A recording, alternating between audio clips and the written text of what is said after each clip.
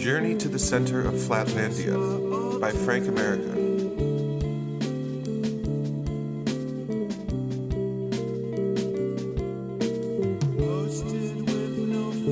Journey to the Center of Flatlandia, a collection of essays about Flat Earth by Frank America.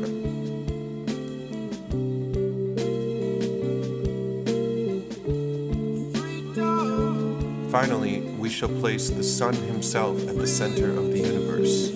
Nikolai Copernicus, 1473 to 1543. It was not just the church that resisted the heliocentrism of Copernicus.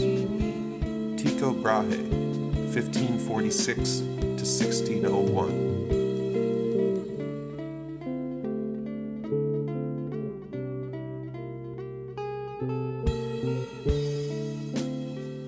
Table of Contents.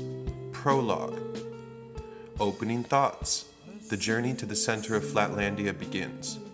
Chapter 1. Flat Earth interest on the rise. Indonesia Googles Flat Earth the most. Chapter 2. Are Flat Earthers dangerous? Neil Tyson calls Flat Earthers, quote, harmful to citizenry. Chapter 3. Flat Earth and the Truman Show. Does Truman represent a Flat Earth truther? Chapter 4. Flat Earth and Aliens. Why do astrophysicists and presidents advocate for aliens? Chapter 5. Flat Earth and NASA. What do you mean we never went to the moon? Chapter 6. Heliocentrism and Gravity.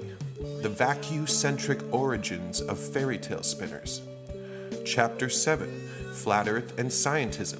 Bill Nye invites Flat Earthers to drive to the edge of the Earth. Chapter 8. Flat Earth PhD hoax. Planted PhD paper, a witch hunt out of the University of Suffolk. Chapter 9. Flat Earth and Transformational Festivals. Why did Lightning in a Bottle issue a Flat Earth retraction and Symbiosis host a satirical Flat Earth panel?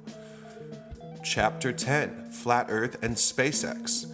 Musk's Fake X privatizing interplanetary deception. Chapter 11. Journey to the Center of Flatlandia. Hydrating the Matrix with Red Pill Electrolytes. Chapter 12. Flat Earth Revival Interview. Frank America, Spiritual North, Q&A about Flatlandia. Epilogue. Closing Thoughts. Journey to the Center of Flatlandia completed. View the description below to jump ahead to any of these particular topics of interest. Otherwise, I'm going to read them in order. I hope you enjoy.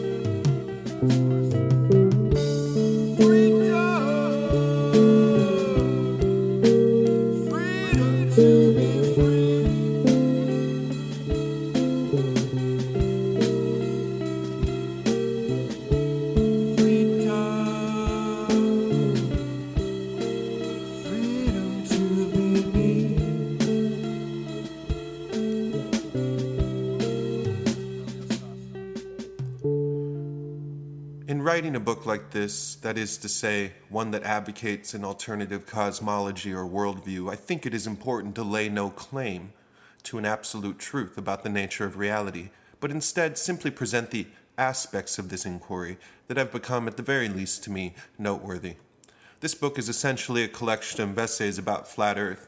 Feel free to browse the table of contents and skip ahead to a subject matter of interest to you. I've chosen this method of discrete essays so the book can be read in any direction, in piecemeal or whole. However, reading it chronologically does contain a cumulative effect in the sense that previous chapters contain information helpful to later ones. If you ever get bored, please do skip ahead.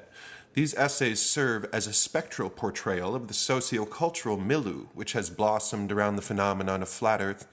With respect to the contents, you will not find here a host of mathematical and physical arguments which require extensive explanation and multiple graphs. There are many places to delve into this research.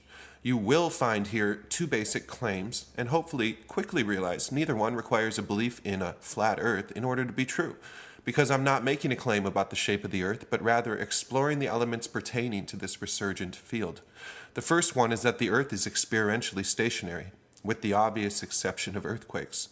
And the second one is that the Earth is optically level, factoring in mountains and valleys, and most evident upon the oceans, and that these two claims form an experientially stationary and optically level Earth, which can be reductively referred to as a stationary and level Earth, or flat Earth for short.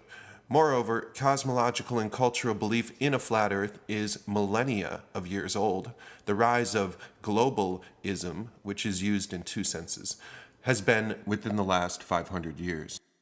A comprehensive overview of flat Earth, FE, can be obtained from a myriad of sources, many competent, others less so. Enumerating each one in full shan't be necessary, but not leaving a trail of breadcrumbs in a book about FE would also be foolish. So here's a brief list of recommendations.